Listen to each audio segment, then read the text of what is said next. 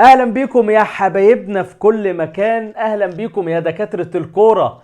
كل سنة وانتم طيبين وسنة سعيدة عليكم. وقبل ما اتكلم في صفقات الاهلي وصفقات الزمالك لازم نقول كلنا ان العام اللي فات ده عدى على كل واحد فينا بستر وكرم عظيم جدا. بص على نفسك وبص على احوالك وبص على احوال غيرك، هتعرف انت قد ايه في نعم وكرم من ربنا. وان شاء الله اتمنى تحقق كل اللي انت نفسك فيه يا صاحبي في السنة الجديدة، وما تنساش تدعي لنا دعوة حلوة من قلبك. يلا بينا بقى نتكلم عن الاهلي والزمالك واخر صفقات الاهلي واخر صفقات الزمالك. الزمالك وصل لحد فين؟ في كلام كتير جدا على عبد الله السعيد. انا جاي لك النهارده عشان اقول لك كل التفاصيل بتاعة الحكاية بتاعة عبد الله السعيد وانتقاله لنادي الزمالك. في لاعب على رادار النادي الاهلي، لاعب من اختيار كولر، وهو لاعب مهاجم ومهاجم برازيلي. طب في كلام برضو ان في مهاجم ممكن يكون كولومبي. الاقرب للراجل المهاجم البرازيلي ده، وهم مكتمين عليه جدا، وده قرار من كولر. يعني كولر انا مبسوط ان كولر بدأ يتنفذ له مطالبه واحده واحده في كل اللي هو بيقول عليه. يبقى بسم الله نبدأ الاول كده بموضوع عبد الله السعيد، نسخن بيه. موضوع عبد الله السعيد، اللاعب عايز يروح نادي الزمالك، ايوه طبعا، والموضوع يعني من زمان جدا، واحنا عارفين ان عبد الله كان في وقت من الاوقات ان دي كانت هتكون صفقة القرن اساسا. عبد الله كان في عز ما هو في النادي الاهلي وفي عز نجوميته، وكان فعلا ممكن ينتقل لنادي الزمالك، وعارفين المشكلة اللي حصلت. المهم ان هو انتقل لبيراميدز. دلوقتي بقى عبد الله السعيد من الاخر كده بيشطب، فقال لك الحق لي السنة ونص دي في الزمالك. وبالفعل عبد الله السعيد عايز يروح للزمالك، وبالفعل اتوسط ناس كتير في الموضوع ده، ومن غير اي كلام على طول مرتضى منصور كلم اللاعب دايركت. ميزه مرتضى منصور برضو في حاجه ان هو يعني لما بيحط حاجه في دماغه بيحاول بيوصل لها بقدر المستطاع، ودي ساعات بتكون ميزه وساعات بتكون عيب، رغم اختلافنا الكبير جدا في 99% و9 من عشرة في كلامه كله. لكن بيبقى عنده حته كده ان هو بيعرف يخطف حلو يعني.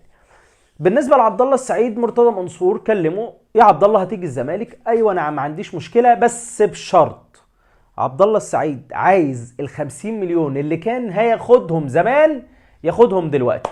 طبعا احنا عارفين ان القيم اتغيرت والكلام ده. الراجل بيقول لك يا عم انا ايه، حين النهارده وموتني بكره، من الاخر قبضني الفلوس الاول وبعدين انا هاجي نادي الزمالك عشان انا عايز انهي حياتي في نادي الزمالك. وخصوصا ان دي صفقه برضه ما تنساش، صفقة حلوة، صفقة جماهيرية حلوة، ومرتضى منصور طبعا يحب حاجة زي كده، وجماهير نادي الزمالك تحب حاجة زي كده. واي واحد يقول ان صفقة عبد الله السعيد مش صفقة مهمة لنادي الزمالك فهو لا، حقيقي كده انت ايه، رأيك غلط يعني من وجهة نظري. عبد الله السعيد لاعب مهم، حتى لو عنده 36 سنة فهو لاعب مهم. لو يا سيدي هو مش هيلعب ال 90 دقيقة فيلعب 70 دقيقة كويس جدا، ويلعب 60 دقيقة كويس جدا، وتقدر تستفيد منه. في نفس الوقت هتقول لي طب هو مش هيلعب في افريقيا؟ طب ماشي، ما نادي الزمالك مش شرط افريقيا، ما هو عنده كتير وعنده لسه السنه الجايه، فعادي ممكن ان هو يغطي معاه. عبد الله السعيد كمان ممكن يسيب فلوس كتير له في بيراميدز مقابل انتقاله لنادي الزمالك، ولكن قلت لك الشرط الاولاني ان الفلوس عبد الله السعيد ياخدها مقدما وتتحول في حسابه، عشان طبعا ساعات بيحصل عدم الاستقرار اللي بيحصل في نادي الزمالك وشويه القلبانات اللي بتحصل كده بين الفتره والتانيه. فالراجل من الاخر عايز يامن نفسه ويقول لك يا عم تمام انت شاريني، تمام ادفع وكيش. زي ما انا برضو ايه رحت البيراميدز، وهو اول ما راح بيراميدز خد سنه مقدم من نادي بيراميدز. طب هتقول لي هو الكلام دلوقتي يعني هل في عرض رسمي اتقدم من نادي الزمالك؟ سيبك بقى ان مرتضى منصور كلم عبد الله السعيد، لا هو في عرض رسمي من نادي الزمالك موجه لنادي بيراميدز لحد دلوقتي؟ لا لسه، بس هيبقى فيه يعني ممكن بعد مباراة أسوان بكرة ممكن يبقى فيه، مفيش مشكلة. وآخر حاجة بقى بالنسبة لنادي الزمالك، آه، مروان عطية رايح نادي الزمالك في يناير ولا ماهوش رايح؟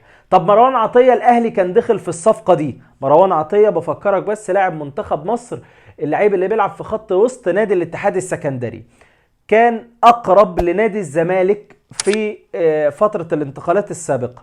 لكن الفترة دي هل هو قريب ولا لا؟ طب هل نادي الاتحاد السكندري هيفاضل بين الاهلي والزمالك ولا ايه؟ طب الاهلي فين من الصورة في الوقت الحالي؟ في الوقت الحالي الاهلي لا، ما قدمش عرض لطلب مروان عطية، فيبقى الاولوية لنادي الزمالك. طيب هو الاولويه لنادي الزمالك. طب ولو الاهلي دخل في الموضوع تاني دلوقتي ودخل وقدم عرض رسمي، ساعتها مين اللي يتكلم؟ الفلوس هي اللي تحكم. ده الشرط الاولاني. والشرط التاني موافقه اللاعب. اللاعب يروح فين؟ اهلي ولا زمالك؟ ده بالنسبه للصفقات الواضحه او دي التطورات الواضحه لنادي الزمالك. واخر حاجه بالنسبه لنادي الزمالك، لقطه ظريفه حلوه من مرتضى منصور لدعم جماهير نادي الزمالك، وان هو اجر قطر كامل على حسابه عشان الناس تسافر تشجع نادي الزمالك. واخر حاجه بقى في الموضوع بتاع القطر ده، هو اجر قطر نادي الزمالك، ودي حاجه كويسه وده دعم للجمهور ودي حاجه كويسه يعني. طلع اعلامي محمد شبانه وقال ان يعني هو مفيش 3000 مشجع للزمالك في نادي في موجودين في اسوان، ادام انت بتقول ان شعبيه الزمالك كبيره ومش عارف ايه. بص، هو الاجابه انا من وجهه نظري مش موفقه شويه يعني. هو ممكن يبقى في اسوان 3000، طبعا اكيد في 3000 مشجع لنادي الزمالك، ولكن الفكره الناس دي بتشجع من الدقيقه الاولى للدقيقه الاخيره، والناس دي انت لو شفتها في المدرجات بتبقى عامله ازاي. هي دي اللي بتدي الروح للعيبه، مش ناس جايين يتسلوا بشويه وقت وخلاص. الناس دي جايه حبا وعشقا ومتيمه بالفارس الابيض نادي الزمالك. ده بالنسبه للكلام على نادي الزمالك. بالنسبه للنادي الاهلي بقى، فكولر الراجل ده بيشوف دلوقتي مباريات للاعب برازيلي مهاجم، واللاعب ده فيه تكتم عليه كبير جدا، والراجل يعني الشكل الواضح ان الراجل عايزه. هنشوف لسه الفترة الجاية، هو الراجل لسه بيشوف. يعني دانيال افري لحد دلوقتي لسه كولر ما قررش فيه، يعني هو شايف ان لاعب كويس وبتاع، بس ممكن حد يغطي مكانه او ممكن حد يجي مكانه، لسه مش عارفين. احنا بنشوف مثلا صفقة زي كريستيانو رونالدو راح النصر السعودي، وهكلمك في نهاية الفيديو عن كريستيانو رونالدو، ولكن الاول بس بنشوف متغيرات. وهو في كاس العالم، بعد كاس العالم هيروح نادي النصر، يطلع ويقول لك لا مش رايح. اخته يسألوها لا كريستيانو رونالدو مش رايح. وفي النهاية المال بيحكم كل شيء، وضربة 10/10 لنادي النصر، وحاجه كويسه انا عايز اقول للمنطقه العربيه تما، مش لنادي النصر ولا للدوري السعودي وبس. لا، دي حاجه كويسه جدا لكل المنطقه العربيه، وده هيفيد كتير.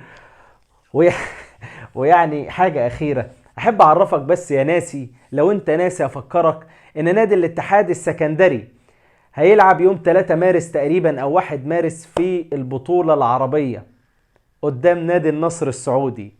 الذهاب هيكون على استاد اسكندريه، والعوده هتكون في الرياض. انت يعني عارف انت اللي هو ايه، كريستيانو رونالدو يجي يلعب في مصر، اجواء هتبقى حلوه للمشجعين.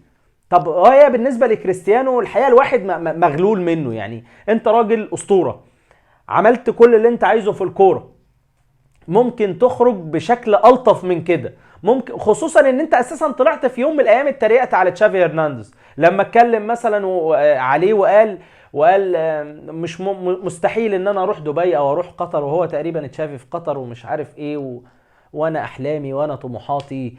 المال يحكم كل شيء يا عم دون. ومبروك عليك النصر العالمي، ومبروك على النصر العالمي لان هو المستفيد الاكبر. قيمة كبيرة وهيضيف كتير للملف السعودي في استضافة كاس العالم 2030 ان شاء الله.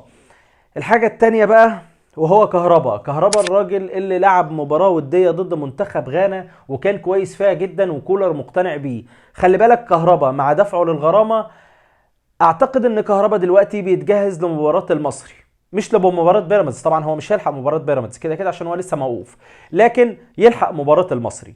وبخصوص المصري اخر خبر بالنسبة للموضوع ده، وهو ان الكابتن حسام حسن في مباراته الاخيرة، مباراة المصري الاخيرة، قام جاي كسر الشاشة بتاعة الفار، وعلى اثر الكلام ده فغرموا الاتحاد المصري 100,000 جنيه. ده بالاضافة ان في غرامة تانية على الكابتن حسام حسن، ودي هتكون بقى من الشركه اللي اساسا احنا مأجرين اساسا كل الفار والكلام ده، احنا مأجرينه يا حبيبي، احنا مش معانا ثمنه اساسا، فاحنا مأجرينه. فاعتقد ان العقوبه بتاعت عقوبه تصليح الكلام ده، طبعا هو يتكفل تصليحه كامل.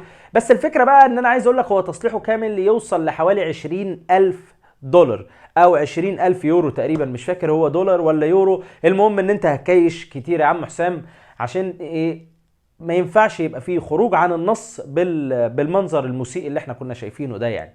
دي كانت كل الاخبار اللي معايا النهارده، وما تنساش ان انت الداعم الوحيد ليا، فتنزل حالا تدي اللايك الجميل لو انت لسه ما خبطتوش، وتطلع لي تاني هنا عشان اقول لك صل على النبي والسلام عليكم يا صاحبي.